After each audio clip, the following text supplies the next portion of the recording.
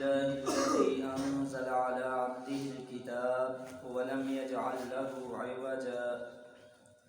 تمام تعریفیں اس ذات کے لیے ہیں جس ذات نے اپنے بندے پر کتاب یعنی القرآن کو نازل فرمایا، وَلَمْ يَجْعَلْ لَهُ عِوَجًا، اور نہیں اس میں رکھی اس نے کوئی بھی کجروی۔ میرے بھائیوں، سورۃ الکہف ہے۔ الکہف کا جو معنی ہے نا، یہ وسیع غار کو کہتے ہیں۔ کھلی اور وسیع غار کو الکہف کہتے ہیں، اور خالی اگر غار ہو یا تنگ غار ہونا تو عربی کے اندر اسے غارن یا مغارتن کہتے ہیں۔ اس سورت کے فضیلت میں بے شمار احادیث وارد ہوئی ہیں، جیسا کہ صحیح مسلم کے اندر نبی کریم صلی اللہ علیہ وسلم نے فرمایا، جو بندہ اس سورت کی ابتدائی 10 آیات کو یاد کر لے، اللہ رب العالمین اسے دجال کے فتنہ سے محفوظ فرما لیتے ہیں۔ اسی طرح صحیح مسلم کی روایت میں ہے، فرمایا کہ اس کی آخری 10 آیات کو یاد کر لیتا ہے، اللہ رب العالمین اسے بھی دجال کے فتنے سے محفوظ فرما لیتے ہیں۔ دوسری فضیلت صحیح بخاری کے اندر ہے، نبی کریم صلی اللہ علیہ وسلم کے پاس ایک صحابی آیا، آ کر کہنے لگا، اللہ کے رسول صلی اللہ علیہ وسلم نے رات کو تلاوت کر رہا تھا نماز کے اندر سورۃ الکہف کی، میرا گھوڑا بندھا ہوا تھا، وہ بھٹکنے لگا تو میں نے ایک بادل کا ٹکڑا آسمان سے اترتا ہوا دیکھا۔ پھر جب میں نے تلاوت مکمل کی تو وہ اوپر چڑھ گیا، تو وہ کیا چیز تھی؟ تو نبی کریم صلی اللہ علیہ وسلم نے فرمایا، وہ سکینت تھی جو اللہ نے قرآن کے ساتھ نازل فرمائی تھی۔ تو اس کا مطلب یہ ہے کہ اگر سورۃ کہف گھر میں پڑھی جائے، مسجد میں پڑھی جائے، اکیلے پڑھی جائے، جیسے بھی اسے پڑھا جائے، تو اللہ رب العالمین اس کے پڑھنے کی وجہ سے گھروں کے اندر سکینت بھی نازل فرماتے ہیں، سکون اللہ رب العالمین عطا فرماتے ہیں، کس وجہ سے؟ اگر اس سورت کی تلاوت کریں تو۔ تیسری فضیلت مستدرک حاکم کے اندر آئی ہے، نبی کریم صلی اللہ علیہ وسلم نے فرمایا، جو بندہ جمعے والے دن سورۃ الکہف پڑھتا ہے نا، اللہ رب العالمین ایک جمعے سے لے کر دوسرے جمعے تک سارے دنوں میں اس کے لیے نور لکھ دیتا ہے۔ میرے بھائیوں، یہ کوئی کم فضیلت ہے کہ پورے ہفتے کے لیے نور لکھ دیا جائے۔ اسی طرح مستدرک حاکم کی دوسری روایت ہے، نبی علیہ السلام نے فرمایا، پورے ہفتے کے لیے بھی نور لکھ دیا جاتا ہے، اور مزید 3 دن کے لیے، یعنی جو بندہ سورۃ الکہف پڑھتا ہے جمعے والے دن، اللہ 10 دنوں کے اس کے لیے نور لکھ دیتا ہے۔ اب بندہ اگر ان 10 دنوں میں مر جائے، بعض مفسرین نے یہ تفسیر بیان کی ہے، اگر بندہ مر گیا، قبر میں تو اندھیرا ہے، لیکن وہ 10 دنوں کا اللہ نے نور لکھا ہونا ہے، اللہ اس نور کی وجہ سے قبر کو منور فرما دے گا۔ جو بندہ اس سورت کو پڑھتا ہے ہر جمعے، قیامت کا دن ہوگا، پل صراط پر اتنا اندھیرا ہے، اتنا اندھیرا کہ آقا علیہ الصلوۃ والسلام نے فرمایا کہ بندے کو اپنا ہاتھ بھی نظر نہیں آئے گا، اتنا اندھیرا ہے۔ بال کی طرح باریک، تلوار کی طرح تیز ہے وہ پل، 7 آٹومیٹک آنکڑے لگے ہوئے ہیں، جو جہنمی بعض کو زخمی کریں گے، بعض کو پاؤں میں ڈل کر الٹا لٹکا دیا جائے گا، بعض کو کھینچ کر جہنم کی تہوں میں پھینک دیں گے۔ آٹومیٹک آنکڑے جو ہیں وہ چل رہے ہیں، لیکن جو بندہ سورۃ الکہف پڑھنے والا ہے، نبی کریم صلی اللہ علیہ وسلم نے فرمایا، اس سورت کی وجہ سے اللہ اس پل پر بھی روشنیاں بکھیر دے گا۔ تو میرے بھائیوں، یہ سورۃ کہف کے چند فضائل میں نے آپ کے سامنے رکھے ہیں۔ پھر جو بندہ، صحیح مسلم کی ہی روایت، جمعے والے دن اس سورت کی تلاوت کرتا ہے نا، اللہ رب العالمین ایک جمعے سے لے کر دوسرے جمعے تک درمیان میں جتنے گناہ ہوئے ہوتے ہیں، اللہ سارے معاف فرما دیتا ہے۔ تو میرے بھائیوں، اس سورت کی تلاوت کیا کریں۔ اللہ رب العالمین نے اس سورت کو شروع فرمایا الحمدللہ۔ پچھلی سورت جو شروع ہوئی تھی نا 15ویں پارے کی، وہ شروع ہوئی تھی سورت بنو اسرائیل، سبحان الذی اسری بعبدہ وہ شروع ہوئی ہے سبحان سے، یہ شروع ہوئی ہے الحمد سے۔ اگر میں حدیث کا مطالعہ کروں نا تو ہر جگہ پر جہاں پر بھی ان کلمات کی فضیلت میں حدیث آئی ہے، پہلے لفظ سبحان اللہ آیا، پھر الحمدللہ آیا ہے۔ اللہ نے پہلے لفظ سبحان سے سورت شروع فرمائی، پھر الحمدللہ سے شروع فرمائی۔ نبی کریم صلی اللہ علیہ وسلم اس صورت میں یہ ذکر فرمایا کہ میں اپنے بندے کو زمین سے آسمان کی طرف لے گیا۔ اس صورت میں میرے رب نے یہ ذکر فرمایا کہ انزل علی عبدہ الکتاب، میں نے اپنے بندے پر آسمان کی بلندیوں سے کتاب کو زمین پر نازل فرمایا۔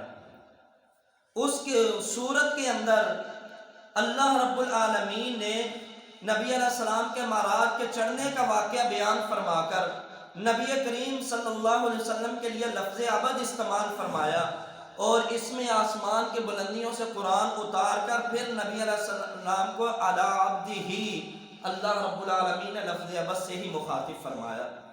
اس کا مطلب یہ ہے کہ عبد جو لفظ ہے اس میں بہت زیادہ فضیلت ہے میرے نبی علیہ السلام کی، بہت زیادہ مقام ہے۔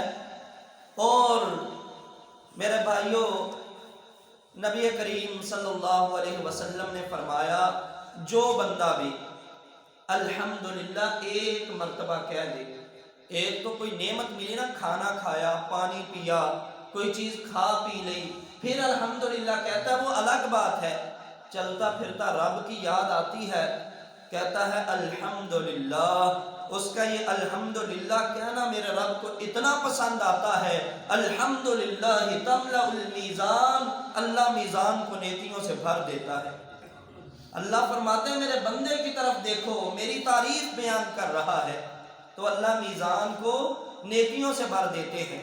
دوسری روایت نبی علیہ السلام نے فرمایا اللہ کھانا کھلاتا ہے، یہ پھر کہتا ہے الحمدللہ الذی، الحمدللہ آ گیا، الحمدللہ الذی اطعمنی ھذا الطعام ورزقنیہ من غیر حول منی ولا قوہ غفر لہ ما تقدم من ذنبی۔ یہ الفاظ اس کی زبان سے جاری ہوئے، نبی علیہ السلام نے فرمایا غفر لہ ما تقدم من ذنبی، اللہ پچھلی زندگی کے سارے گناہ معاف فرما دیتا ہے۔ بندے نے لباس پہنا، لباس پہنتا ہے، کہتا ہے الحمدللہ الذی کسانی ھذا الثوب ورزقنیہ من غیر حول منی ولا قوہ۔ سنن نبی داؤد کے اندر یہ روایت ہے، آقا علیہ السلام فرماتے ہیں یہ دعا پڑھی میرے رب کو اتنا پسند آتا ہے، اللہ پچھلی زندگی کے سارے گناہ معاف فرما دیتا ہے۔ میرے بھائی جب بھی لباس پہنو نا یہ دعا پڑھ لیا کریں، جب بھی کھانا کھائیں یہ دعا خود بھی یاد کریں، اپنے بیوی بچوں کو بھی کروائیں، کتنا اچھا ہے۔ یہ چند کلمات کہہ دے ہیں، الحمدللہ الذی اطعمنی ھذا الطعام ورزقنی من غیر حول منی ولا قوہ۔ بندہ کہتا اللہ ساری تعریفیں تیرے لیے جس نے مجھے کھانا کھلایا ہے، اللہ یہ تیرا ہی دیا ہوا رزق ہے، مجھ میں اتنی قوت نہیں ہے کہ میں اس رزق کو حاصل کر سکوں، یہ تیرا دیا ہوا میں کھا رہا ہوں۔ تو اللہ کو اتنا پسند آتا ہے کہ یہ دیکھو بندے کو کھلایا، بندہ کہتا اللہ تیرا دیا ہوا ہے، غفر لہ ما تقدم من ذنبی، فرشتوں گواہ ہو جاؤ اس کی زندگی کے سارے گناہوں کو معاف کر دیا۔ الحمدللہ الذی انزل علی عبدہ الکتاب، اللہ فرماتے ہیں ہم نے نازل کی اپنے بندے پر کتاب۔ الکتاب جہاں بھی آئے نا الف لام لگا کر اللہ نے تخصیص فرما دی کہ اس کتاب کا نام قرآن مجید ہے۔ الکتاب جہاں پر بھی لکھا جائے الف لام کے ساتھ تو یہ شرف اللہ نے قرآن کو بخشا ہے کہ وہ کتاب جو ہوگی وہ قرآن ہوگا۔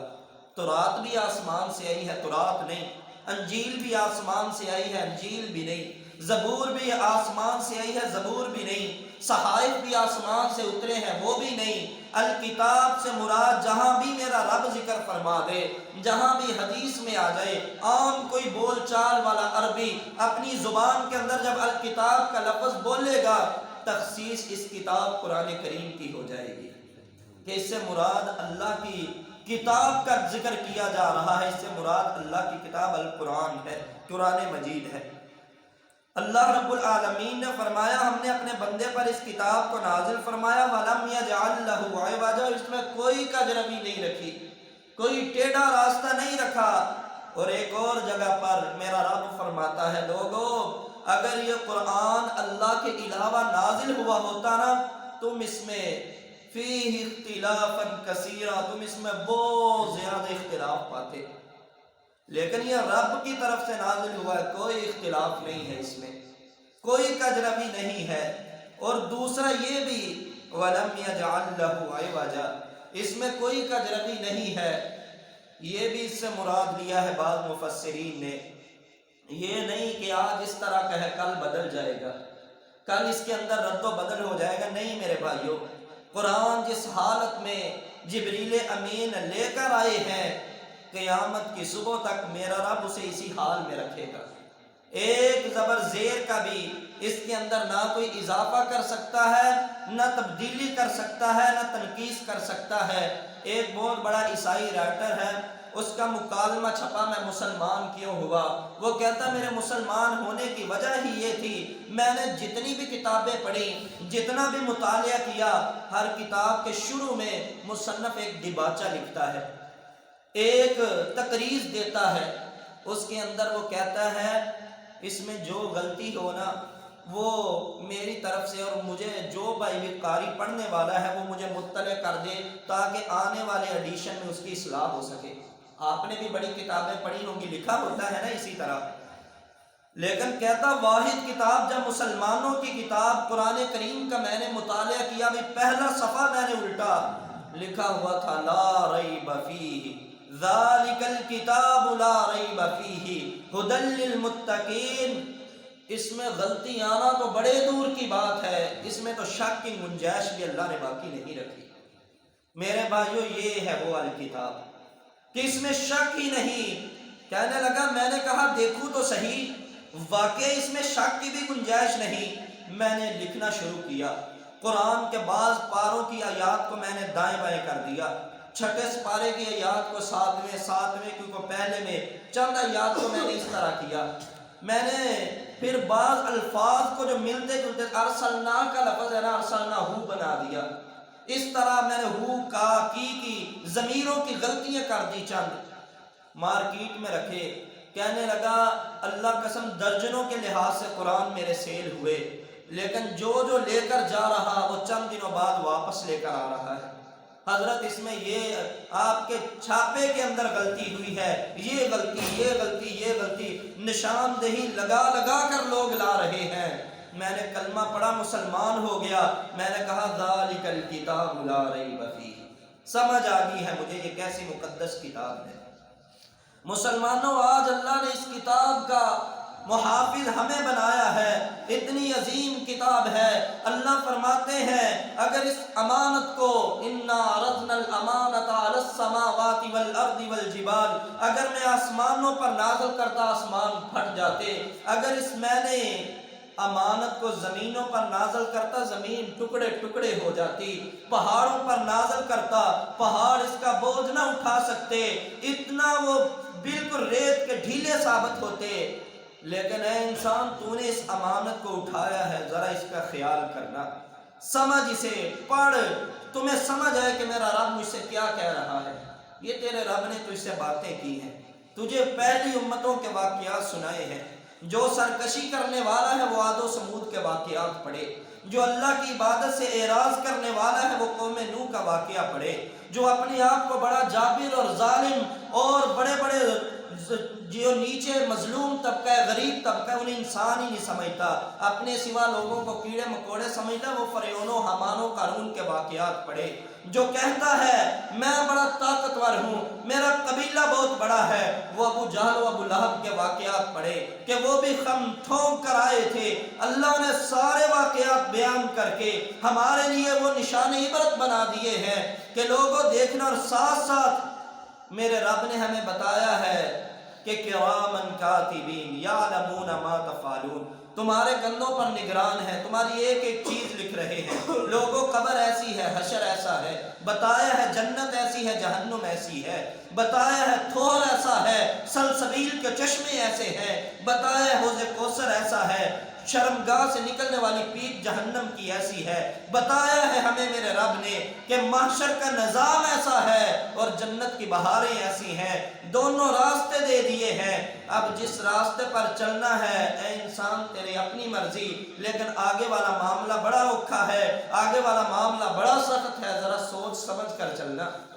تو میرے بھائیوں، وَلَمْ يَجْعَلْ لَهُ عِوَجًا، کوئی کجروی نہیں میرے رب نے رکھی۔ قیامت تک جس طرح نازل ہوا ویسے ہی رہے گی یہ رب کی کتاب، اور اس میں کوئی تضاد نہیں پاؤ گے۔ تیسری تفسیر یہ ہے کہ اس میں کوئی تضاد نہیں، یہ نہیں کہ پہلے پارے میں آپ نے پڑھا ہے کہ یہ اس بات کا حکم دیتی ہے اور دوسرے پارے میں آپ پڑھ لو کہ یہ نہیں اس بات سے روکتی ہے، نہیں، بلکہ جس بات کا میرے رب نے حکم دیا محکم بنا دیا، جس بات سے میرے رب نے روک دیا اسے حرام بنا دیا۔ تو میرے بھائیوں، یہ قرآن کے اعجازات ہیں کہ اللہ کے حکم سے اور اللہ کی رحمت سے آج تک قرآن چیلنج کر رہا ہے کہ اس جیسی کوئی ایک آیت ہی بنا کر لے نہیں لا سکے۔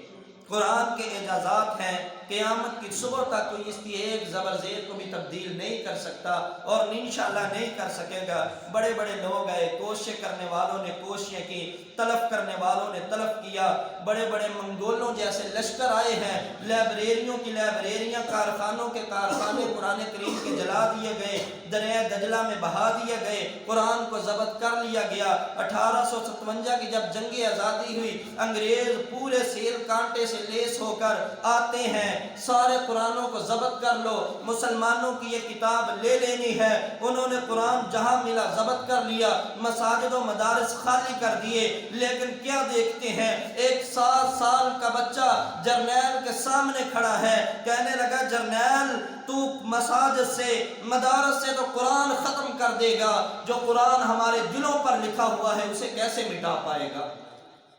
قرآن کی حفاظت کا ذمہ میرے رب نے قیامت تک رکھا ہے۔ یہ قرآن کا چوتھا اعزاز تھا۔ بے شمار اعزازات اللہ رب العالمین نے قرآن کے بیان فرمائے ہیں، یہ چند ایک آپ کے سامنے رکھے ہیں کہ اپنے بندے پر کیسی کتاب نازل کی، کیسی عظمت عطا فرمائی، اور اللہ رب العالمین نے اس میں کوئی کجروی نہیں رکھی۔ دعا ہے اللہ صحیح معنوں میں ہمیں اس کتاب کو پڑھ کر عمل کرنے کی توفیق عطا فرما دے۔ وآخر دعوانا ان الحمدللہ رب العالمین۔